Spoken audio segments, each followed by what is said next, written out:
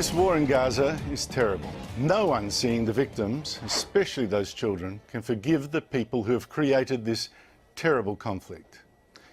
The accidental bombing of one shelter this week killed another 20 people, and a UN official broke down trying to explain it. The rights of Palestinians, even their children, are wholesale denied, and it's appalling.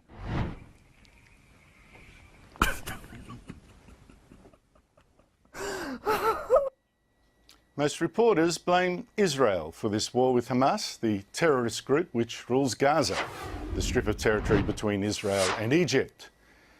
But in fact, Hamas has broken all 4 ceasefires negotiated so far. See, Hamas wants this war, and it wants dead civilians to show the world, which is why it broadcasts orders to civilians to ignore Israeli army leaflets warning them to move away from homes from where Hamas deliberately chooses to fire its missiles.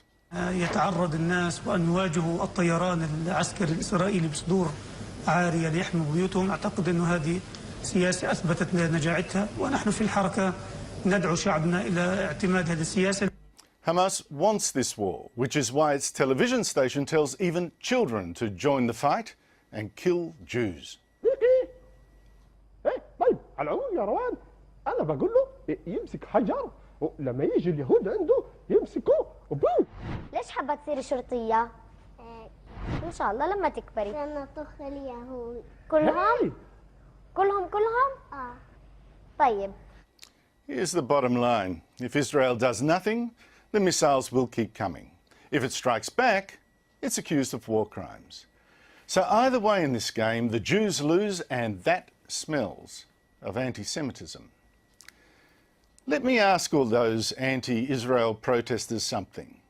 If you're so upset that 1,500 Muslims have died in this war, why have you said nothing about the 170,000 Muslims who have died so far in Syria's civil war, including the dozens decapitated in the past fortnight? Why have you said nothing about the Islamic State jihadists shooting hundreds of unarmed Iraqis just the other day? If you're really so worried about violence against children, why haven't you protested against Boko Haram, who this year cut the throats of schoolboys and made slaves of nearly 300 girls?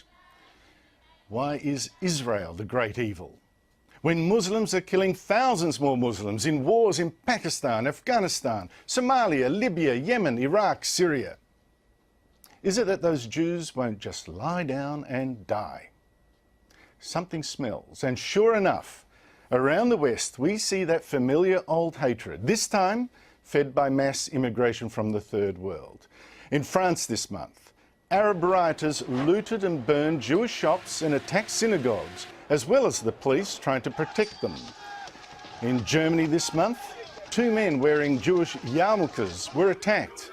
Protesters shouted anti-Semitic slogans, and a Berlin imam preached death. اللهم عليك باليهود الصهاينة فإنهم لا يعجزون أحصهم عددا واقتلهم بددا ولا تغادر منهم أحدا. In Austria, Israeli soccer players playing a so-called friendly match were kicked by pro-Palestinian protesters. And in Brussels, 4 Jews were gunned down earlier this year by, allegedly, a French Muslim. Even in Sydney, protesters flew the black flags of jihad and yellow flags of the Hezbollah terrorist group, and one abused a Jewish reporter. Shame on you! Shame on you, you're Jewish! You are Jewish! Shame on you! In Sydney's Lakemba just a week ago, Muslim protesters called for jihad to help Gaza.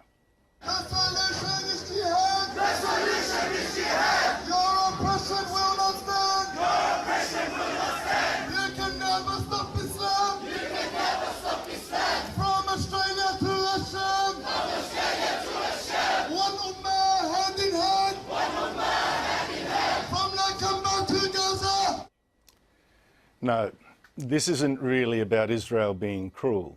This is about Jews daring to protect themselves and their country.